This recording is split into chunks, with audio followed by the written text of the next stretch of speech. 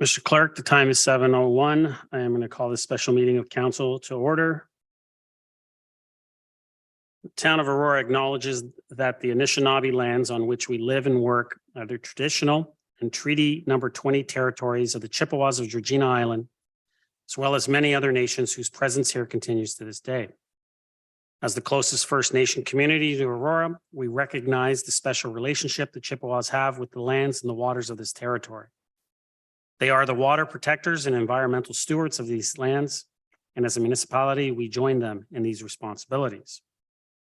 We further acknowledge that Aurora is part of the treaty lands of the Mississaugas and Chippewas, recognized through Treaty Number 13, as well as the Williams Treaties of 1923. A shared understanding of the rich cultural heritage that has existed for centuries and how our collective past brought us to where we are today will help us walk together into a better future. Council, can I get a motion to approve the agenda? Within this, I need a motion. Can we do this together, Mr. Clerk? We're going to have to suspend the notice of motion provisions of the procedural bylaw. So with 2/3 majority vote in order to consider the motions listed on the agenda. Can I get someone to move that? Councillor Thompson, second. Councillor Gilliland. Any comments or questions?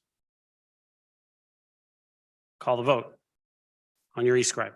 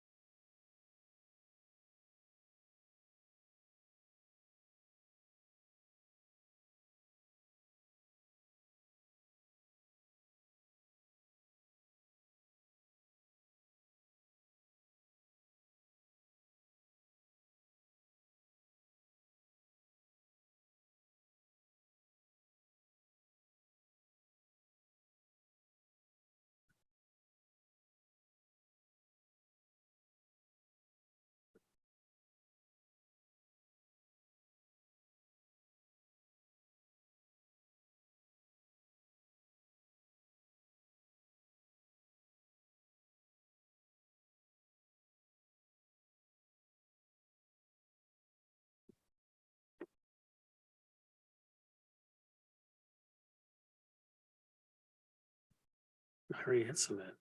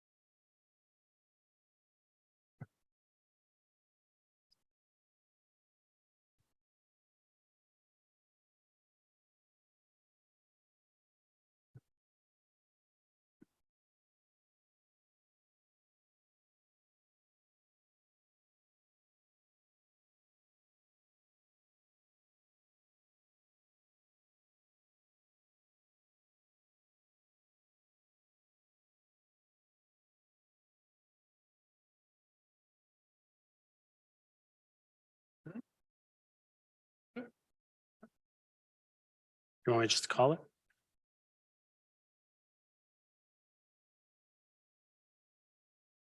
So we need just Councillor Kim's? Councillor Kim, how do you vote? Thank you. That carries. Any declarations of pecuniary interest? Seeing none, we have no delegations. 2 items requiring discussion. 6.1, Regional Official Plan 2022, Minister of Municipal Affairs and Housing approval. 1, that report number PDS 22-139 be received. 2, that a study be undertaken as part of the official plan review in respect of land use planning policies relating to 1289 Wellington Street East to determine the appropriate land use density and height for this property. And 3, that an interim control bylaw be enacted for 1289 Wellington Street East to determine the appropriate land use, density, and height for this property. Someone like to move the recommendation? Councillor Thompson, second.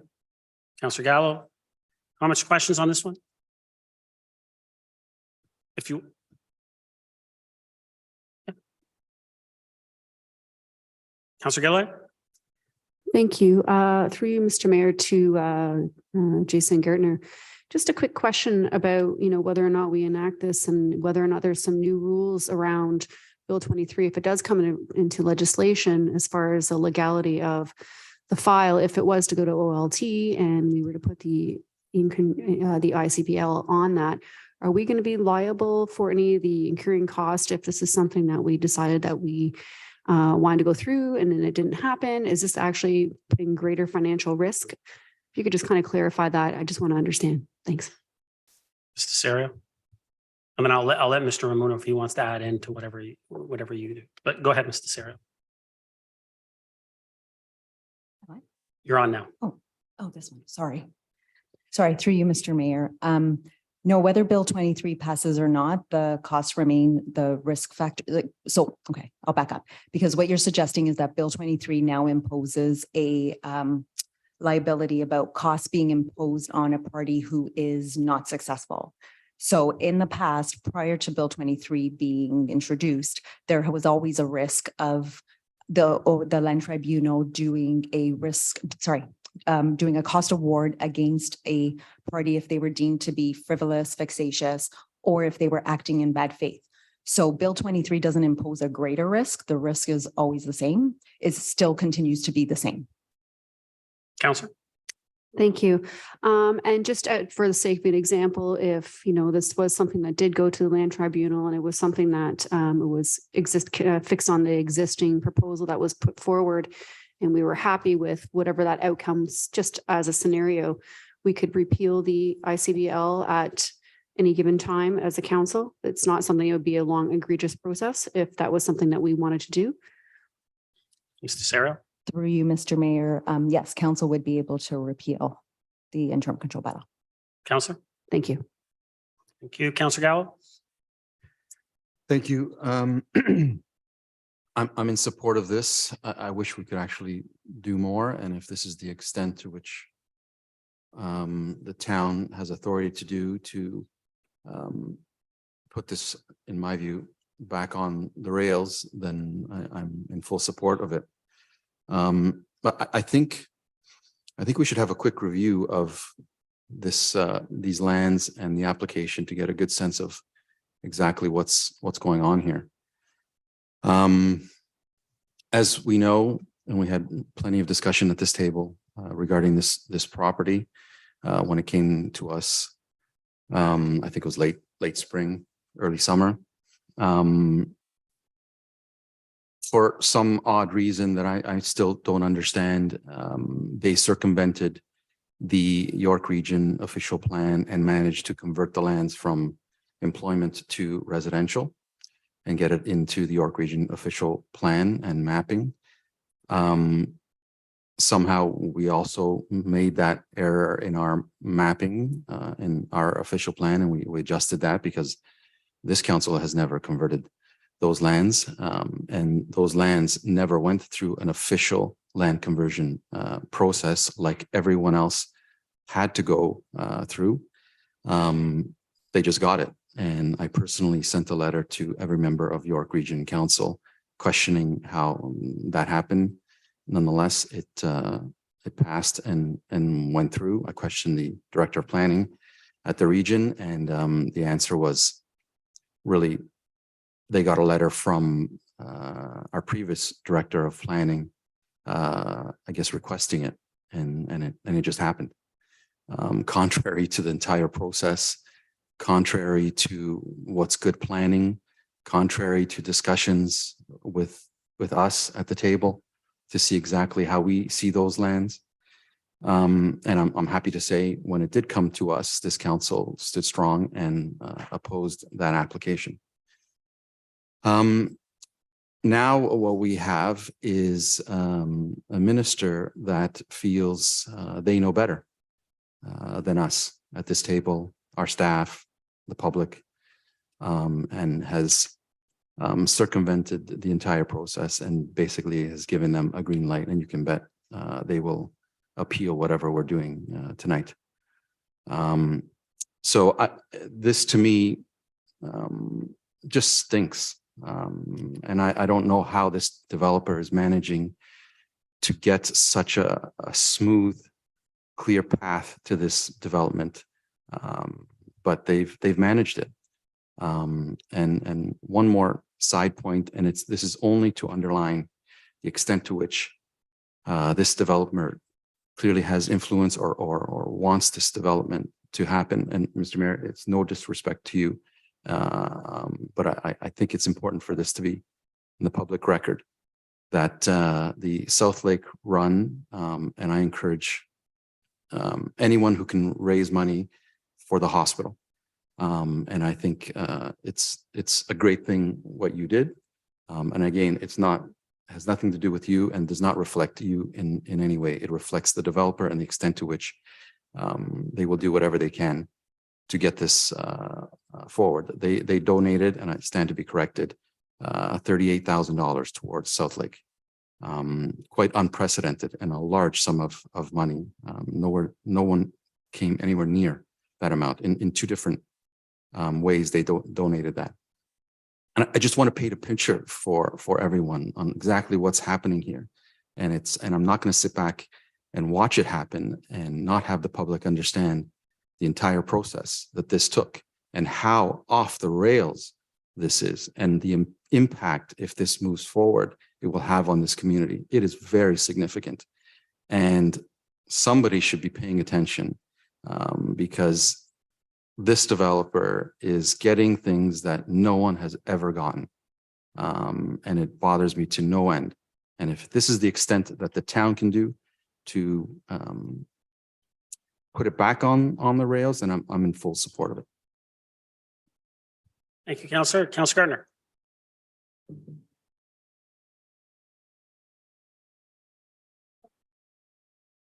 I've done this. How do I turn? It's on. My mic is on. Thank you, Councillor Gallo, for giving the residents a little more complete background. Could I ask the mayor, of course, I will agree with this, but really what is the use of it? I mean, can we actually do this? I would say yes, but Mr. Ramono, we've confirmed on this. Mr. Mayor, we certainly can. It is a tool under the Planning Act for council to enact an interim control bylaw. It's an extraordinary measure, but it's one that municipalities have used. We've used it in the past, really to provide us with some breathing space to try and understand the issue a little better and complete our official plan review to determine the appropriate uses and built form on the property. Councillor. Is this something that possibly the province will see and just say to us, no, you can't do that? We've already decided what this land is going to be used for. We've already decided what's the best use for this property. Mr. Ramono. Thank you. Through you, Mr. Mayor, I mean, as we've heard, the minister did approve the regional plan with this modification.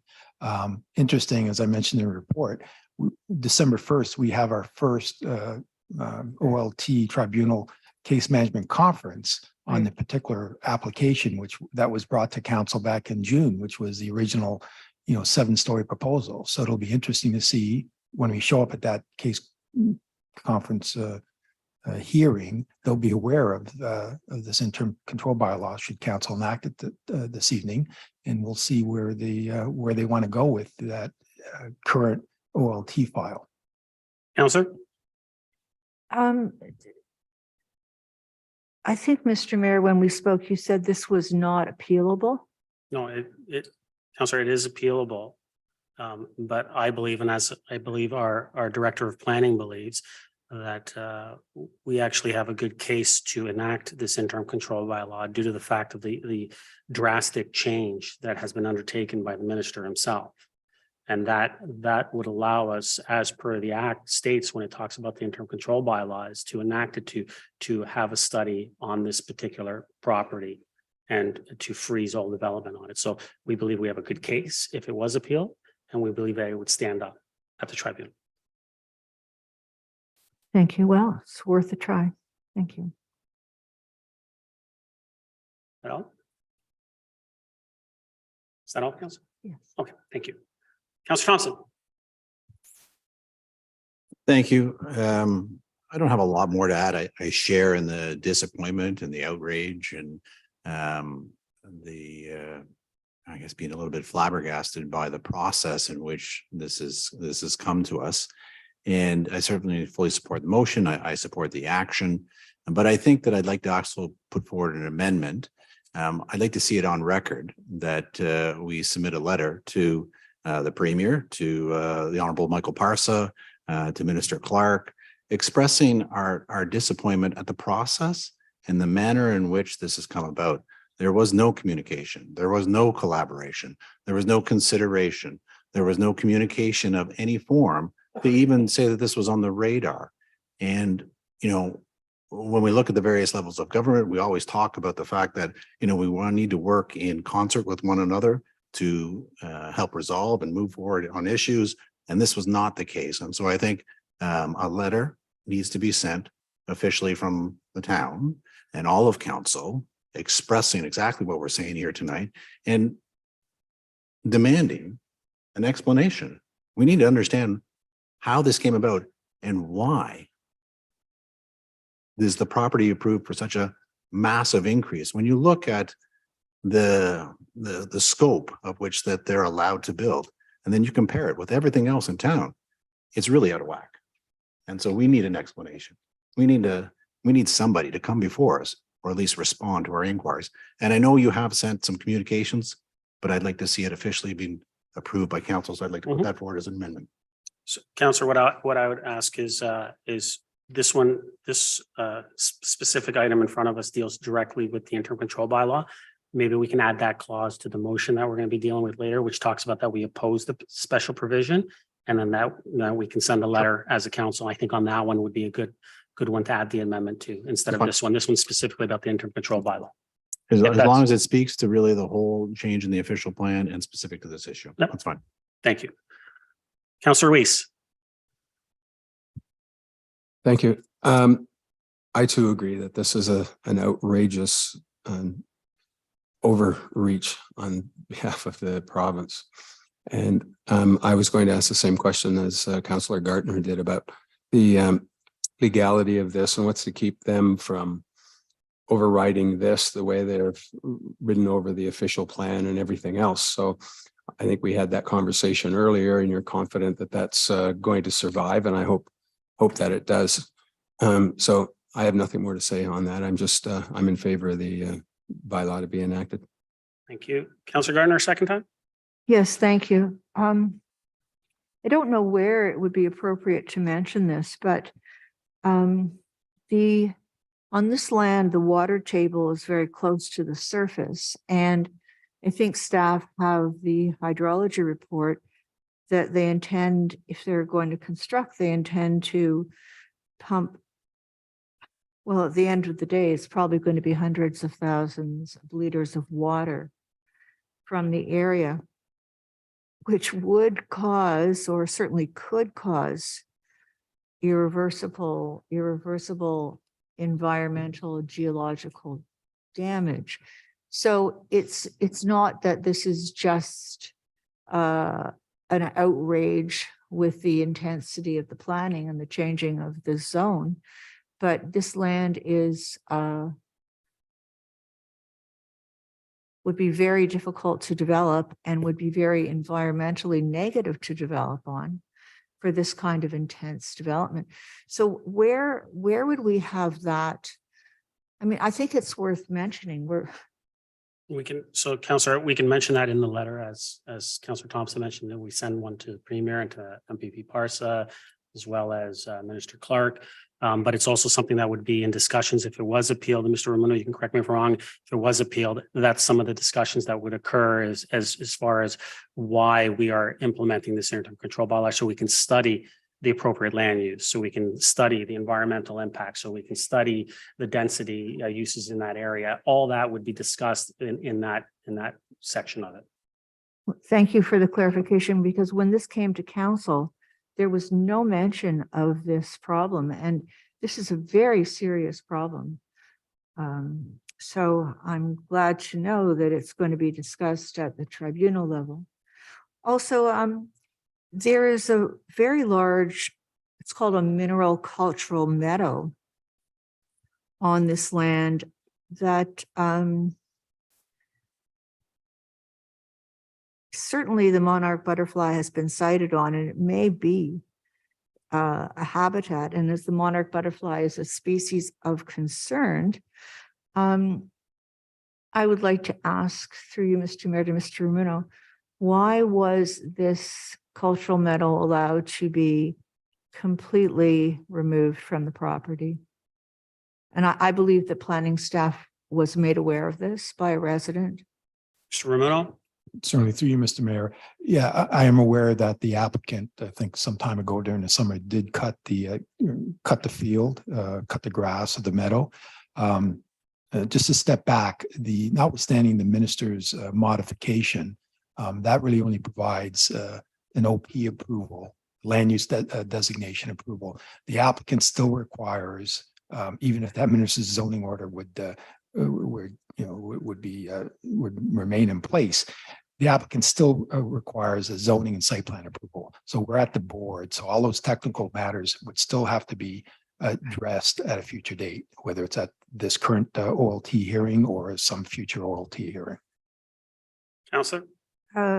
Follow up, the town's official plan prohibits site alteration of any kind while an application is at the tribunal. So, I mean, it doesn't look like an important, didn't look like an important area of land, but in fact, a cultural meadow is an important area of land. And we all know what's happening with the monarch butterfly. And we had this area in our town that was potentially a very important site for this butterfly. So how did it happen that the developer cut it down? Well, they obviously didn't have permission from the planning department, but I mean, it's a travesty of our official plan, environmental planning. What can we do about that? Mr. Romano? To you, Mr. Mayor, no, I mean, no town staff provided any authorization for the applicant to do what he did. But again, as I mentioned, there are a number of technical issues that we need to address moving forward. The environmental work, transportation work, water, groundwater balance reports, all those technical issues. So we haven't even begun that review process. So Counselor? my understanding is that the developer did this with impunity and there will be no consequences to them. Counselor, I'm gonna let Mr. Romano finish this one, but I'm getting a little nudge from the clerk that we need to pull back a little bit, talking specifically about the development. We're here to talk about the internal control bylaw on this parcel of land. Well, we're also talking. No, I agree. I'm giving you a little leeway. Okay, I'll let him I'm answer this finished. question. I mean, I don't think Mr. Romano really has an answer, but Mr. Romano? Through you, Mr. Mayor, I can't add anything further other than after the next OLT conference hearing, we do need to come back to council to seek direction on the application. And again, it'll be interesting to see what they proposed. And now that we've got should council approve the interim control bylaw, and also as it relates to the recent minister's mod. Counselor? will the OLT be interested in this very important, in my opinion, contravention to the environmental policies. Mr. Ramuno, I'm assuming they will be interested. They certainly will. That will be one of the issues that will be addressed at a future date. Okay. Yeah. Thank you. Thank you. Councillor Kim, first time. Thank you, Mr. Mayor. Well, I was dismayed when I heard that there was an amendment to the York Region official plan. When I first read it, I thought it was region-wide, but it was certainly surprising when I found out it was just site-specific to this one property. And I was also surprised when it stated about the minimum threshold being 12 stories, which is 50% higher than our current standard. So I'm in agreement with everyone around the table. Certainly, I'd be curious as to what happened behind the scenes to allow this. Through you, Mr. Mayor, to Mr. Ramuno, with the development going from approximately 350 units to perhaps over 600 units, what does that do to our water capacity schedule with regards to future development? Because this wasn't part of our schedule. Mr. Ramuno? So you, Mr. Mayor, no, it's a good point. And again, we're not even dealing with that application. As I mentioned, next week, the application before the tribunal is that original proposal of 550 odd units. And I don't believe the applicant can just revise the application next week to something different. And again, it's council's authority to issue servicing allocation at the development stage would be the site plan application stage. The tribunal does not have the jurisdiction to require a municipality issue servicing capacity. That hasn't changed throughout my years in this business. Councillor? Thank you. So I stand corrected, 550 units to potentially over 800. So that would certainly be a bigger impact. I'm not going to duplicate everything that was said, but I'm in agreement with everyone around the table. Thank you. Councillor Gallo, second time. Thank you. And just on that last point, Mr. Mayor, if allocation is done through the site plan process, we no longer see site plans here. So it actually wouldn't be within the realm of council to deny or allow servicing because it's a delegated authority to staff, unless I'm mistaken. Mr. Ramuno? To you, Mr. Mayor, with the associated zoning bylaw amendment, we need direction from council. So council, we would handle that at the zoning bylaw stage as well for something this significant. Okay, so it's not at the site plan stage. Yeah. Okay. I just wanted to add, I'm trying hard to figure out the rationale for the minister to do this, and I have no doubt it revolves around our next item and bill, whatever it is, 2023, and trying to build homes faster and trying to fill that gap of more affordable homes. I get that that's probably the intent of this. And my understanding is, they put a call out to development community to see if any of the projects that are on the go needed some help. And clearly this was one of them. This is not the only one. There's some 80, I think, across the province, maybe the region. And I've actually setting up a meeting with the chief of staff for the Minister Parsa, as well as the minister, which I don't remember his name, but his chief of staff, so I can better understand what the rationale is, what they were thinking when they made this kind of decision. And I'm hopeful that that'll happen sometime next week, and I'll share with you whatever it is that I can come up with. So I support this and look forward to the future developments. Thank you, Councillor. Any other comments? Or the call to vote? Quite frankly, it boggles the mind why the minister would cherry pick a specific property that is nowhere near our MTSA. And not only make changes to what we allow within our plan, but as was mentioned, to allow more than double. And we got to remember what it states in that special provision. It says minimum 12 stories. It doesn't say maximum, it says minimum, which means that it could be 20, could be 30. It's totally unacceptable. And I understand, and I've had this conversation with others that when they've reached out and they said, well, why are you so upset? The minister can actually do this. And while I understand that the minister can actually do this, he never once picked up the phone, never once sent a letter, not to us, not to our staff, not to the region, not to the chairman, not to regional staff, to nobody. This came out with a special provision at 5:30 on a Friday. And everyone was surprised to see this in there.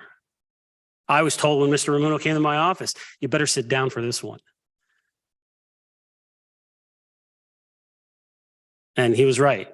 And I was very upset. And that we start to make some calls, sent a letter, and I'm glad to hear that we will, Councillor Thompson, that we'll send something from council as a whole, signed by all of us, to have that rationale from the minister of why this one. What's the reasoning? What's the logic behind this? It makes absolutely no sense. And it's absolutely unacceptable for the Minister of Municipal Affairs to be dealing as a town planner instead of doing his job as the minister. They need to be dealing at a macro level while we deal at a micro level. And so I'm hopeful that maybe we'll get an answer and hear what the rationale was for this. To this date, we have not received anything, no explanation. But you know, we need to do what we can do with use the tools that are afforded to us, and this is one tool that is afforded to us to implement this interim control bylaw to freeze any development on this parcel of land while we study this and find out just what happened.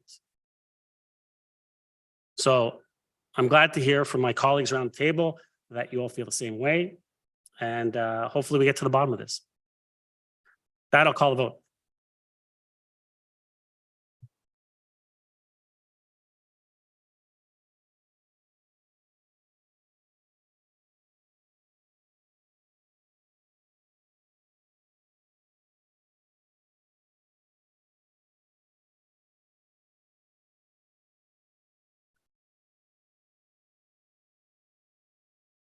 That carries unanimous.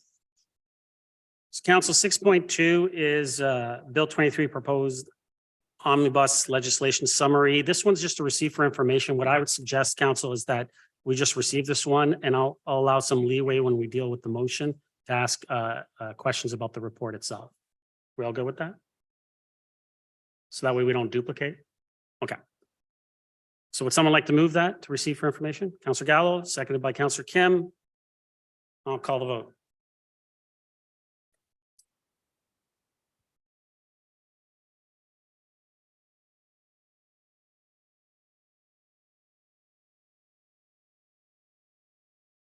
That carries unanimously. So now we'll move to motions. First one is in regards to modifications to the York Region official plan. In essence, this is what we just dealt with and the discussion we just had. Would someone like to move this? Councillor Thompson, seconded by Councillor Weiss. Comments or questions on this one? I know Councillor Thompson, you wanted to add that amendment? Yes, I can. I believe, or yes, I do. I believe that the clerk has it ready. I sent him just some suggested wording. Happy to wordsmith it along the way, but really the intent of the amendment is to, as stated, seek a rationale, an explanation as to why this property, why such a dramatic increase, and express our disappointment at the lack of communication. So a letter be sent asking. Yes, to obviously to the Premier, to the Minister of Municipal Affairs, to Michael Parsa, who was also the Minister of Housing or the Assistant Minister of Housing. And I would sincerely hope, considering that it is also in Mr. Parsons' Friday. ward territory, that he would reach out to us and have that conversation with all of us to explain it, but we'll see. Linda, do you have something to put? Thank you. So that a letter be submitted to Premier Doug Ford, the Minister of Municipal Affairs and Housing, Steve Clark, and local MPP Michael Parsa, Associate Minister of Housing, expressing our disappointment with the lack of consultation and communication with the town of Aurora, and that an explanation as to why this significant change was warranted be provided. Mr. Thompson? Sure, other than the different fonts and everything like that. What I said. Who's the, who would like to second that? Councilor Gill? Did you want to say something, Councilor Gardner? Go ahead. Yeah, Councilor Gill and second the amendment. Thank you. We have more, as Aurora is split in half, we have more than one MPP. So we would like to include Dawn on this as well. We could include her, but it is in Michael Parsons' writing. But we can But we're include her. talking, are we talking about Bill 23? No, this one's about the My modification apology. for This is just about 1289 that. Wellington. My apology. So do you want to include her or? No. No? Okay. We want to include her? Yeah, we might. You want to throw her in, please? MPP Dawn Gallagher Murphy. We'll Yeah, we'll throw it. Yeah. Pardon? We'll throw her in. So to speak.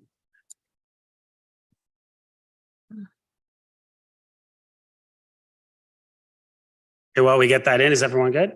We're just adding the one name. So should we call the vote? Oh, she's got to get the, okay.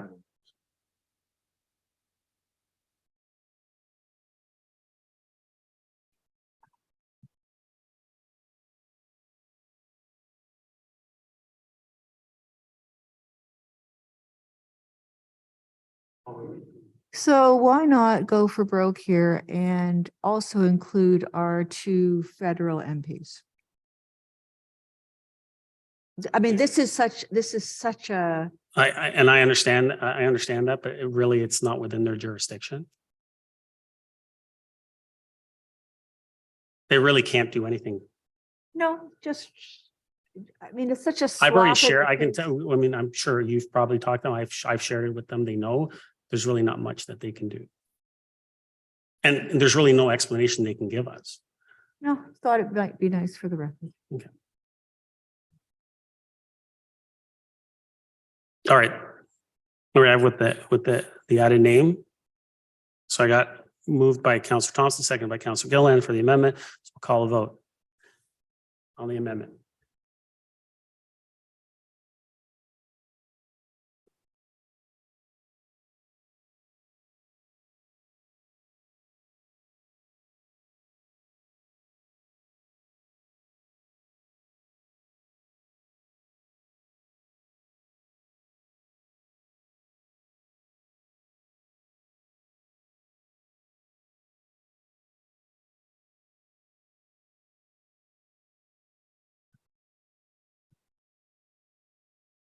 That carries unanimously.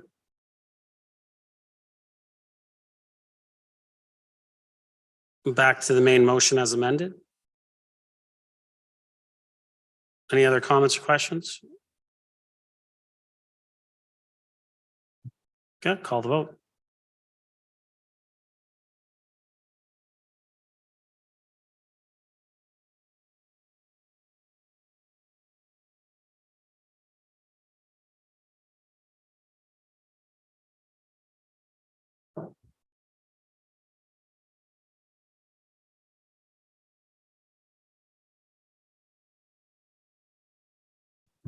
That carries unanimously. Okay, we'll move to the next motion, 7.2. This is regarding opposition to Bill 23, More Homes Built Faster Act 2022. Would someone like to move this? Councillor Thompson, second. Councillor Gilliland. Ask if anyone wants comments or questions to put it in the queue. So I'm going to start. So despite being responsible for some of the most important immediate services our residents need, roads, sewers, water, policing, EMT, fire, long-term care, housing, public health, and those are just to name a few. Our ability to deliver these services is increasingly limited by the ever-changing scope of our authority, in particular as it speaks to growth and development. Indeed, as I've said before, the biggest challenge we face as a council and a community is our limited authority to ensure community-focused growth and development. Bill 23 not only fails to give us the tools we need, it strips us of the ability to use the ones that we have. We have a housing crisis in this country, and it affects every community, large and small, but it does not affect each community in the same way. The diversity of housing needs are a function of a complex, often community-specific set of factors that cannot simply be generalized in a one-size-fits-all policy statement. Do we need more housing? Absolutely. But what kind of housing? How much and where? Macro planning objectives are the purview of the province and are reflected in provincial policy statements and related legislation, with the expectation that municipalities would create a community level plan that will reflect those broader policy goals. The province sets the targets: housing, population, density, and the municipalities create the plans to meet those targets. The Minister of Municipal Affairs is not the town planner for each of the 444 municipalities in Ontario, nor should they be. That's our job. Now, Aurora has consistently met the province's growth and housing objectives. Aurora's population between 2016 to 2021 grew by almost 12%. That's more than double the provincial average of 5.8% and the national average of 5.2%. Much of the Northern Six and York region had similar growth, and that growth is expected to continue. Aurora has been successful in managing growth despite the challenges we face. Through our official plan, we have been implementing zoning requirements specifically designed to meet provincial planning policy and provincially set population targets. We have been encouraging growth of the much needed missing middle, the gentle density that our community wants for years, and we have seen an increase in these types of developments, but not enough.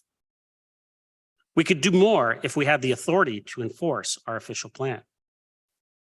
If Bill 23 is adopted, as is, we will have even less authority to incentivize the development of much needed attainable housing. And even more concerning is we will have drastically reduced ability to fund the services our residents need both now and in the future. The impact of this bill on the municipal taxpayer is simply staggering. The proposed reduction in development charges is estimated to cost taxpayers collectively in the billions of dollars. Now, DCs are charged so that growth pays for growth, that the infrastructure needed for future development isn't paid for by existing taxpayers. But this bill turns that whole notion on its head.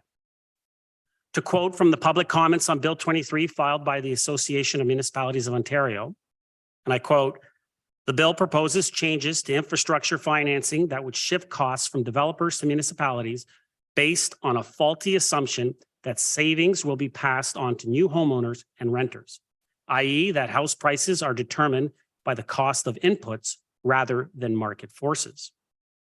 Unless fully offset with a new source of municipal infrastructure funding, this departure from the principle that growth pays for growth will result in property tax increases and service reductions. Preliminary analysis indicates that Bill 23, if enacted, would reduce the municipal resources available to service new developments by more than $5.1 billion over the next 9 years.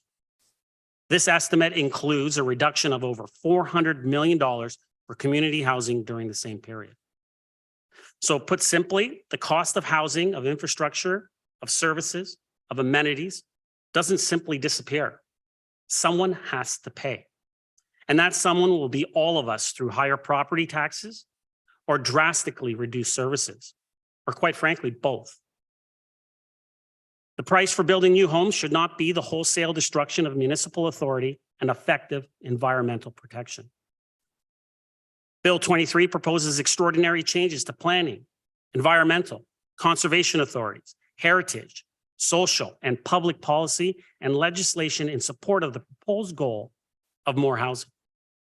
No evidence, no metrics or data for that matter, is provided to support the claim that these drastic changes are needed to achieve the goal of building much needed housing.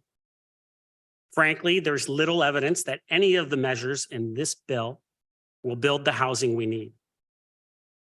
It won't be built where we need it or at the price our residents can afford. Bill 23 effectively guts many of the legislative mechanisms we rely upon as a municipality to fund our infrastructure needs, plan future parks and amenities, protect our natural and built heritage, and plan for growth and development. Now, I do agree with the province that urgent action is needed to address the housing crisis in our communities, but I strongly oppose to the proposed method of achieving it. Simply put, this bill is less environmental protections, destruction of the greenbelt, less heritage preservation, less public participation, and the burden of costs shifted to the taxpayers, all under the guise of affordability. And that's why I respectfully ask that this council approve this motion to oppose Bill 23 in its current form and request that the province halt the advancement of this bill so that meaningful consultation with municipalities can take place, so that we can truly work together to address the housing crisis. We constantly hear the minister talk about the province's partners with municipalities, and they want to partner with us to address the housing crisis. Well, you don't table a bill and then say, let's consult. You consult before you table the bill. So thank you, everyone, and I'm looking forward to hearing everyone's comments. Councillor Thompson. Thank you, Mayor Maracus, for that detailed explanation. Certainly covered most of the points. I think I just want to, I guess, reinforce a couple of them with regards to my opposition to the bill. You know, I've yet to see a municipality come out and express any sort of support for this bill. I think if you read the headlines in the local papers, municipality after municipality has come out expressing their disappointment or their concerns with the legislation, and it's justified. Even AMO's responses has clearly indicated that the legislation is flawed and will be negatively impacting the municipality's ability to grow and maintain their development charges. And as you indicated, the estimated cost is $5 billion. And where is that going to be made up? When the question is put to the province, the answer that we get back is, well, we'll figure that out later, you know, and that's not good enough. For decades now, municipalities and AMO have been advocating to the provincial government that there is an infrastructure deficit. We own, municipalities collectively, 60% of the infrastructure, but yet only get 10 cents of every tax dollar. We cannot maintain the infrastructure without the province's help, and the development charges are critical to be able to maintain that, to repair, place it, and then some.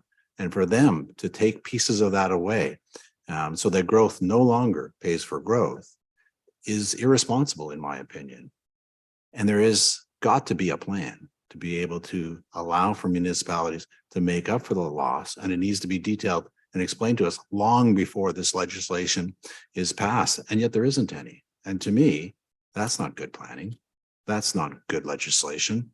And so, you know, that's concerning for all of us. We know the challenges we face. We're just about to head into budget time. We know where our own DCs stand. We know what pressures that we have, and to see this kind of bill further impact our ability only leaves us with one option, and that's unacceptable. And again, I'm disappointed at the speed in which this bill is moving through the House. They've amended it. It's now gone to third reading. By next Tuesday, it could very well be passed and implemented. And that's just a travesty. I think that, I think we were all following the committee hearings, and it was very interesting to note that the Association of Municipalities, they put in to delegate, but AMO was denied. They were not given the opportunity. And to me, an organization that represents all the municipalities did not get a chance to sit down and discuss it with the committee is mind-boggling. How is that collaborative? How is that, working in consultation with one another? Yes, they were able to submit comments. Everybody was able to submit comments, but if anybody should have been afforded a place, it should have been AMO, who was there to represent the interests of all municipalities in Ontario. So I certainly support this bill. This motion and I hope that somehow we can get changes implemented so that the bill does not have the negative impacts we all foresee. Thank you. Councillor Yellen? Thank you.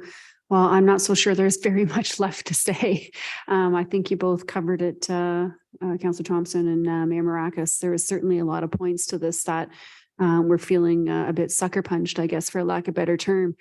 I really do support attainable housing, and I do think that we need it. But again, that consultation piece is kind of what we're missing. I did have some questions that I've thrown out there. I have yet to get back, and obviously stable neighborhoods is one of them. We worked so hard for 2 years trying to put together guidelines to protect these neighborhoods, and now they're completely irrelevant. So I sit there and say, what's really the point? And, we have these protections in place for a reason. Also disappointed, obviously, the development charges. We know that we ebb and flow with our reserves, and we're being told with examples of a snapshot of our reserves and how we have stuff there to compensate. But at the end of the day, through Mr. Mayor to Mr. Gartner, these development charges ebb and flow, and we use a 10-year capital plan to ensure that we're kind of in a positive space each time. It doesn't always come and go at the exact time. Is that not correct? Mr. Gardner? Through you, Mr. Mayor, that's correct. Thank you. Councillor? Thank you. Looking at the 2022 budget from last year, it already stated that we were, in a position to where in the next 10 years that we need to kind of, count our chickens a little bit when it came to looking at larger capital projects, and that any other decrease in development charges was going to even further that. So this to me tells me we're really going to have to buckle up our straps, and it's going to end up coming down into the tax base, which is something right now we just don't really need.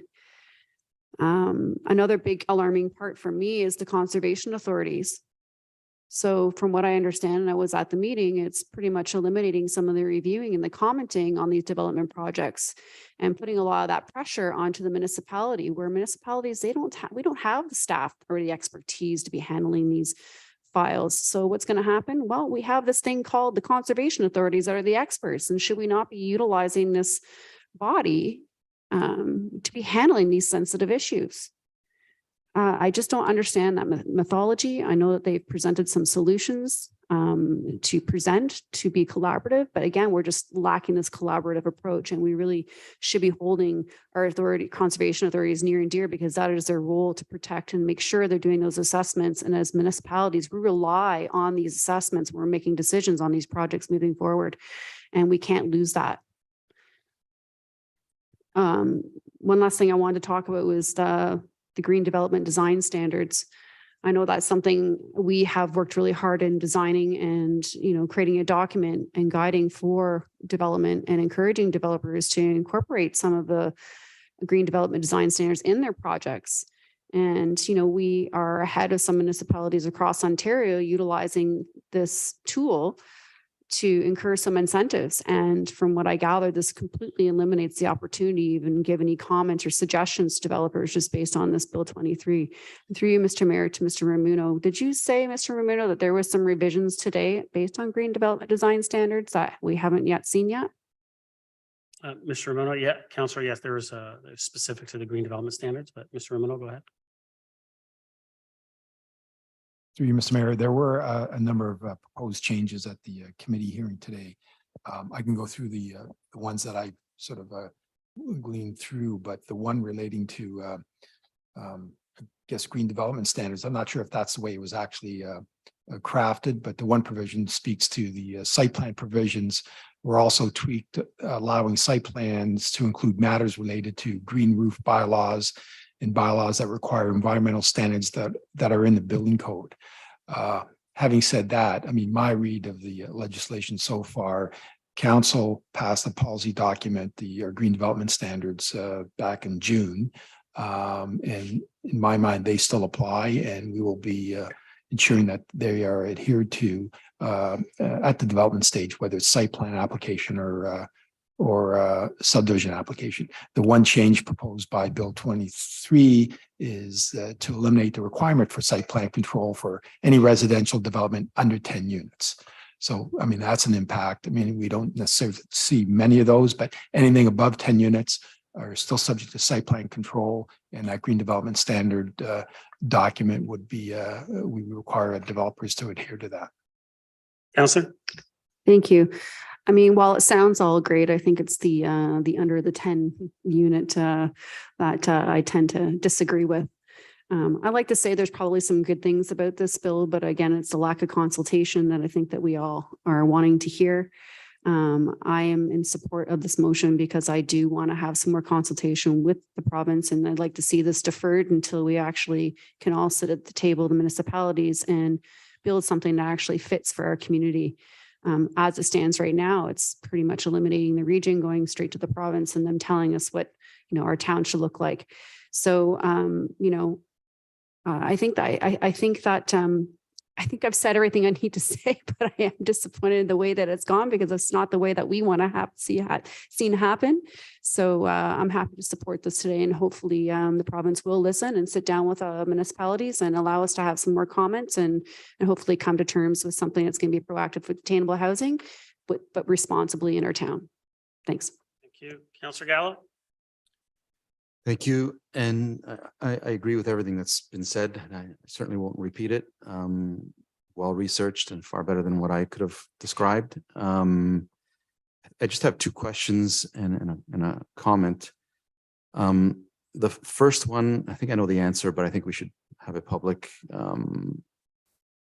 Was this crafted entirely within the walls of Queen's Park, with zero consultation with any staff, either here or the region or any of the other municipalities, through you, Mr. Mayor?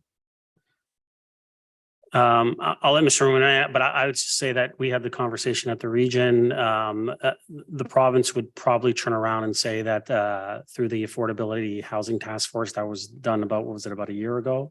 They would say that they utilized that. So that's where the consultation came from. The interesting thing is that they actually struck a new housing task force that the mayor, I think the mayor of Windsor, is it that is supposed to be the chair, Mr. Ramuno, but yet they presented this bill before they even had any consultation with that task force, which was supposed to be set up to deal with municipalities and have consultation with the municipalities. So, but Mr. Ramuno, did they ever reach out to our staff other than the regular stuff we got about a year ago through the Affordability Housing Task Force? Yeah, through you, Mr. Mayor. No, I mean, we weren't privy to any of these changes proposed through Bill 23. Yes. No input. Counselor? Thank you. And I suspected so much.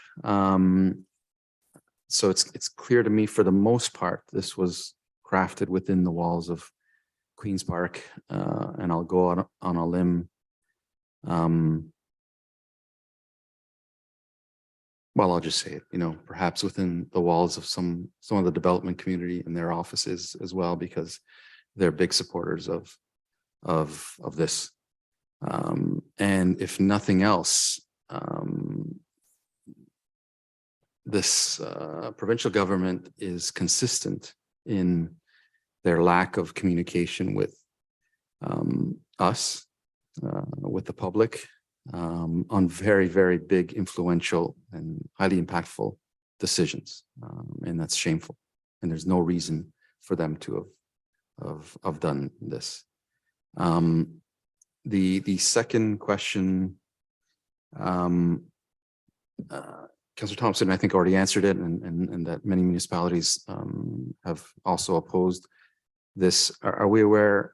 I think the region has. Any other regions also got in a meeting to oppose this before it moves any further? So, Mr. Mayor? Councillor, the way I would answer that is I think most of them, I don't have a number for you, but I think most of them are scrambling to put together meetings. As Councillor Thompson mentioned, I would say I haven't found yet a municipality that says they're in favor of this bill. But it's interesting on the timing. I was going to touch on this on a second time, but just to answer your question, I mean, it's quite interesting on the timing this bill was put out. It was put out while municipalities right across this province were just finished their elections. They're in the midst of transitioning from the old council to the new council without enough time to put together a response to this. And so as we're scrambling to get this meeting together. We have to call a special council meeting. I know Georgina's called a special council meeting that they're having tonight as well. And so that's happening right across the province, I believe, to try to get in some kind of a response to this.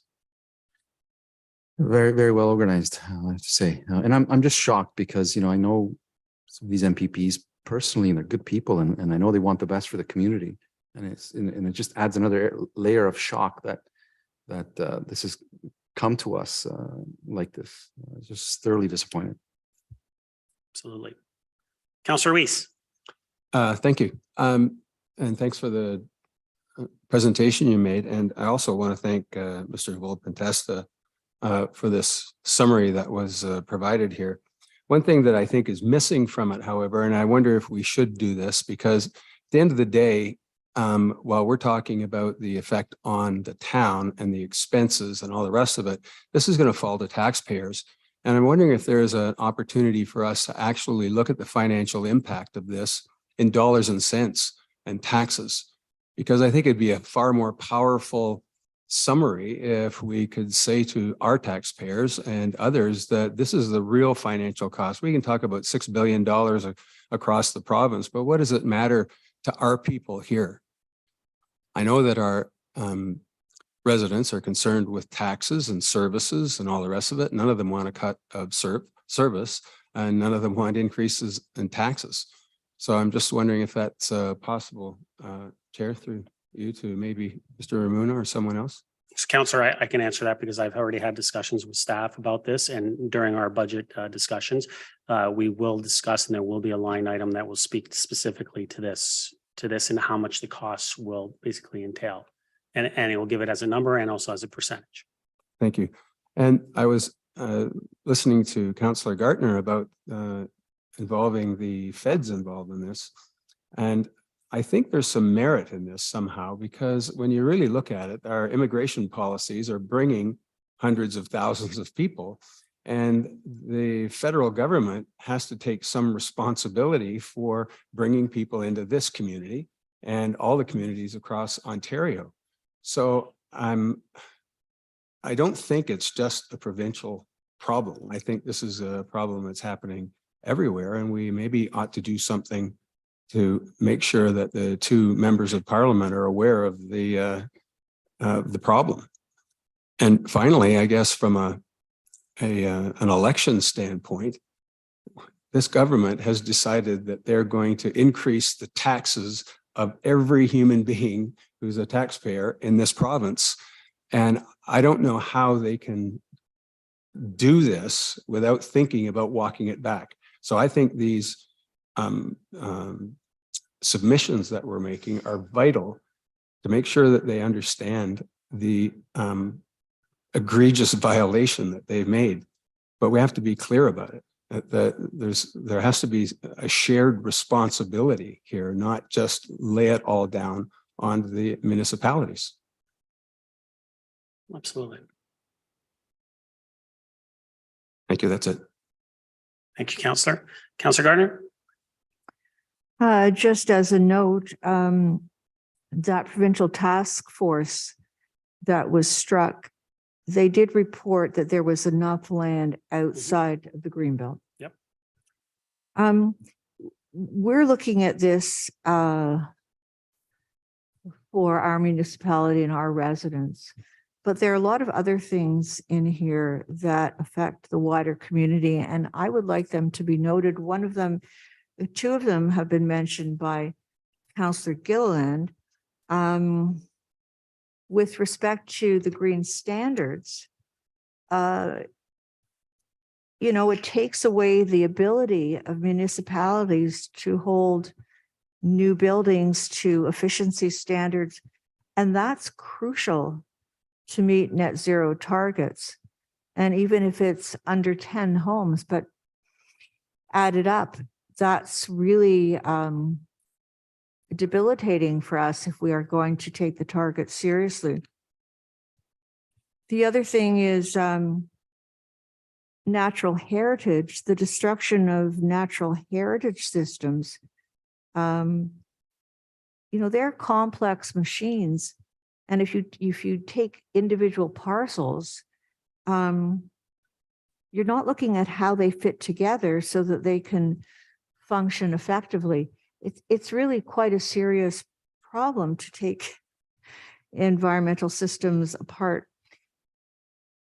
With respect to farmland, there's the Dufferin Bruges Farmland Reserve. They're going to take that offline. That's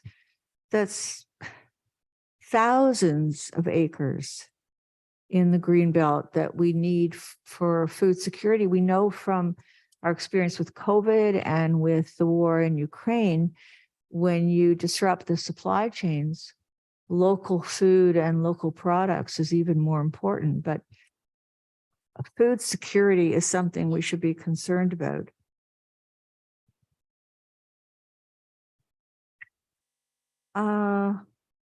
Also, heritage preservation is going to take a hit in this bill.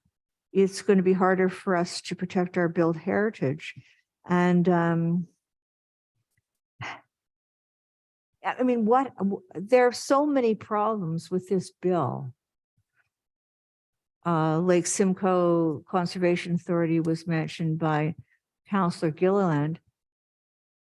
If we don't have their help with long-term planning, how are we going to do the best we can in the context of climate change? I could go on. And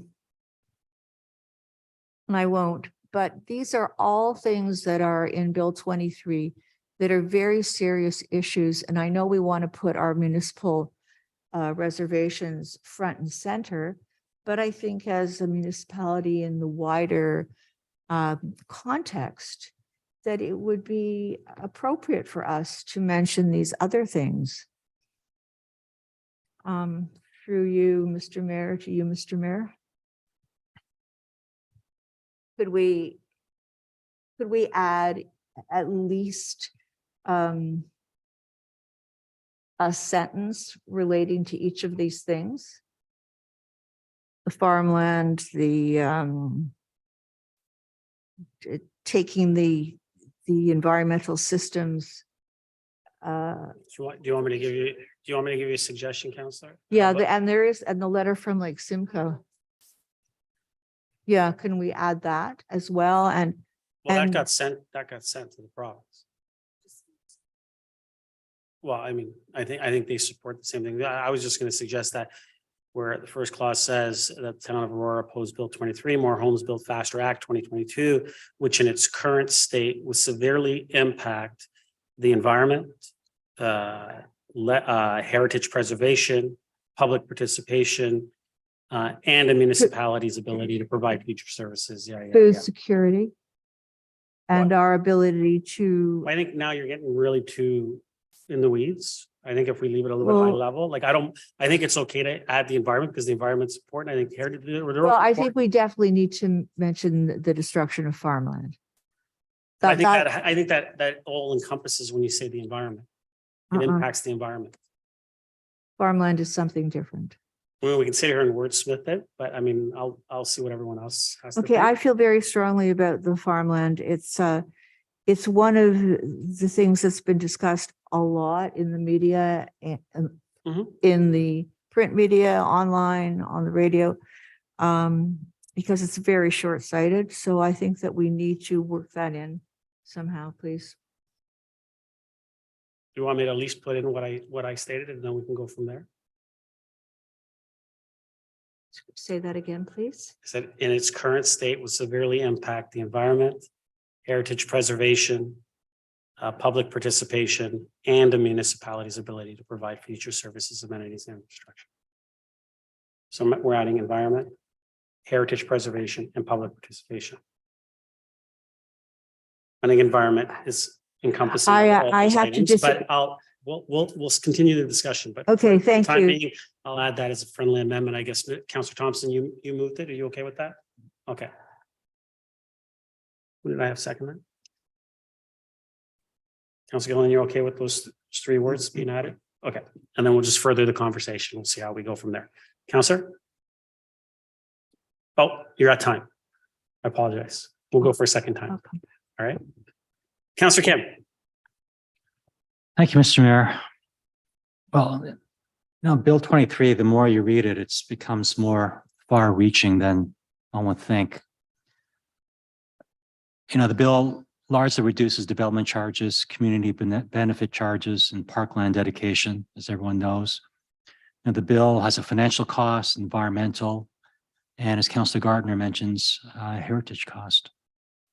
And we talked about the potential financial costs, and early studies from some municipalities have indicated that it would reduce municipal DC revenues by between 5 and 10%. So just that as a benchmark would certainly impact our community quite a bit.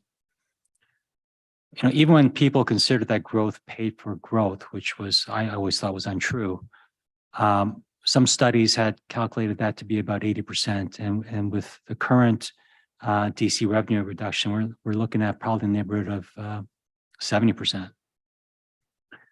There are even proposals out there that would marry the provincial policy statement with a growth plan that would create a super plan when it comes to public planning, and that's scary. As heritage was mentioned earlier, what they're proposing is that I've never mentioned heritage too much in my ears here, as everyone knows, but to essentially eliminate the option of listing a property on heritage list, that's quite drastic, and it's frankly offensive to a community. And it's not just physical heritage; it's also natural resources. Now they're saying that you can't even list the natural heritage, water bodies or anything else as heritage unless it's part of a development. So that goes to how extreme this bill is. And so I just want to reiterate that the bill in its entirety, I believe, doesn't serve Ontario residents, and I'm in support of this motion. Thank you, Councillor. Councillor Thompson, second time. Thank you. And just following up on the comments of Councillor Weiss, and trying to put this into real dollars, you read some of the reports from other municipalities, Guelph pegged the loss of DCs would create a 2% tax pressure year over year on the taxpayers due to the loss. I saw the City of London, they estimated that over a 5-year period, it would be a $97 million loss in DCs that they too would have to make up through tax increases. So through you to Mr. Gardner, Jason, do you have an idea of what our average DCs would be? And if we were to sort of extrapolate that based on what we anticipate is anywhere up to a 20% loss over the next 5 years, what we could be looking at? Mr. Gardner? Through you, Mr. Mayor, the amount we take in a typical year varies a lot, but the average is about 5 to 7 million a year we take in development charges, our share. So if you say $6 million a year times 5 years, 30 years, 20% of that. So, we're looking at a loss of $6 million. Approximately, yeah, as a rough, and that doesn't even account for the now ineligible expenses like a lot of studies are ineligible, as well as land purchases and these other items. You factor those in, the loss would be even greater. Councillor? But, I agree with the comments of Councillor Weiss, and perhaps, staff can provide a memo going forward just to give a better financial impact, not just in terms of percentages, but, throwing in some of those averages and real dollars so that, when we are having conversations with residents, we can use those figures to really drive home how challenging this legislation really is to each and every one of us. Absolutely. Councillor Gilliland, second time. Thank you. Just a quick question, just based on those comments from Mr. Mayor to Mr. Gertner. Was there supposedly a report next agenda that's going to include stuff on the finance component of DC charges, just for information for council? I thought that was the plan. Mr. Gardner? I believe that will come up as part of our 2023 budget discussions. through you, Mr. Cal. Okay. Counselor, I believe that's going to be in our budget. Okay, so maybe she had deferred it to that because we haven't budget earlier then. Yes. Okay, perfect.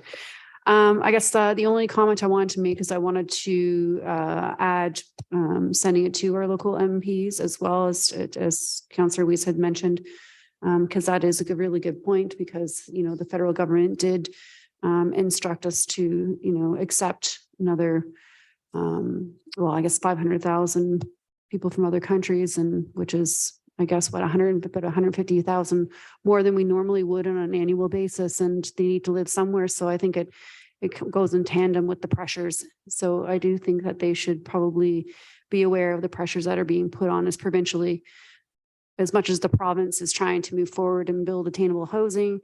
I think it's also a two-pronged approach. The federal government has some responsibility in this as well. No, absolutely. So you want, and Councillor Thompson, you're fine with that, right? So we'll just make it a friendly amendment to add the MPs or 2 MPs. Okay. So we can add our 2 MPs. Mr. Clerk? Yeah, we're good. Ms. Gillian, you seconded, so I'm assuming you're okay Yep. with that? Okay. No, that's great. Perfect. Councillor Gardner? Thank you, Mr. Mayor.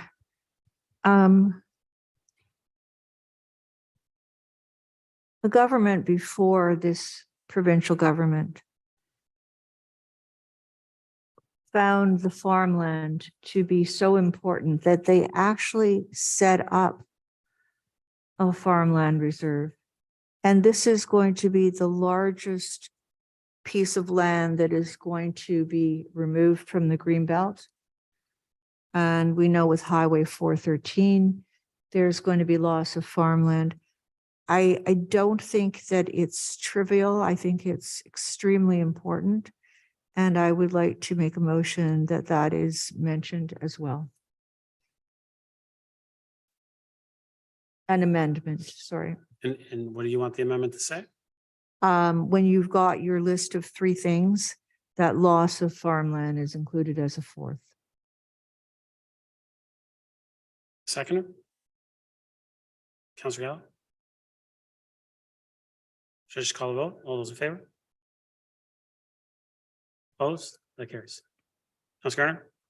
Thank you. And I agree with Councillor Weiss. Not only should the federal government know that this is going on, but I believe the gas tax is federal. Is that correct? So we're always wanting more money from the federal government for infrastructure. This is a warning that we may be asking them for more money if Bill 23 goes through. Certainly, the federal government is interested in the environment. There is a national heritage body at the federal level. So I think that for many reasons, this should be going to our MPs. Thank you. Thank you. Any other comments or questions? I know I talked about the coincidence of the timing of the bill, and that they seem to put it out just at the right time when all municipalities were in that transition period, made it difficult to respond. But when you look at the entirety of the bill and you look at what came immediately as soon as the bill came out, it was the opening up of the Greenbelt. This provincial government stated before their election, and the premier stated quite forcefully, I might add, that they would not touch the Greenbelt. But yet here we are. They're opening it up. And while it doesn't necessarily impact us as far as lands within our community, as I mentioned many times, the environment knows no borders. And so this does impact our community, even though the lands might not necessarily be in our community. We constantly hear about cutting red tape, looking at efficiencies. And then we see also, what was mentioned about the Conservation Authority. The Conservation Authority, Lake Simcoe, basically represents 18 different municipal agencies. So now, if you take that away, that means you're gonna have 18 different people responsible for making these decisions.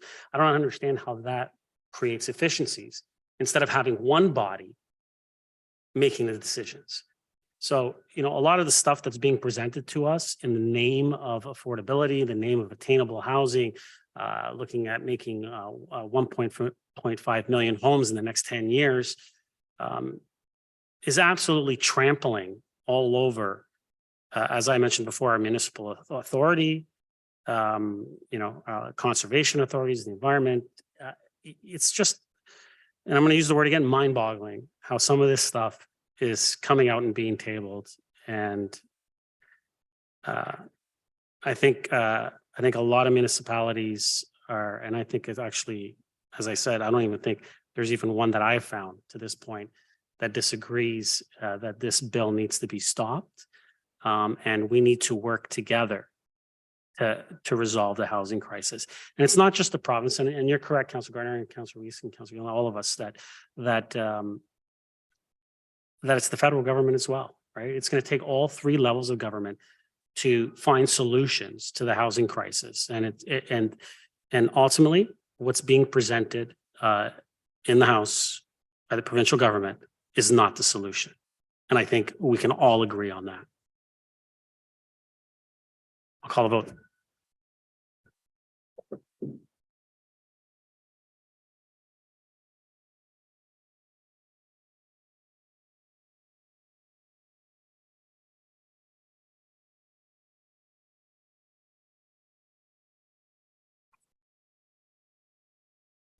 And that carries unanimously.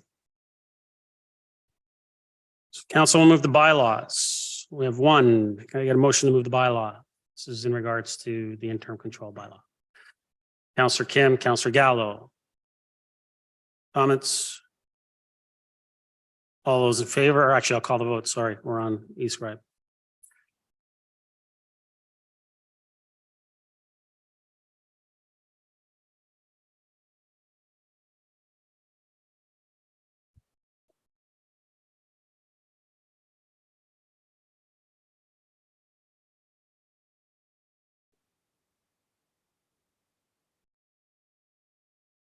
We're just waiting.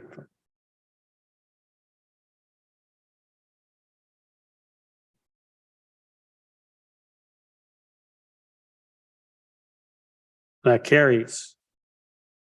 Determined bylaw. Look to the side. Councilor Gilliland, seconded by Councilor Weiss. Call the vote. Oh, hand? It's been a while. All those in favor? We'll do by hand. Opposed? That carries. Motion to adjourn. Councilor Gardner. Councilor Kim. All those in favor? Opposed? That carries. We are adjourned. Thank you, everyone.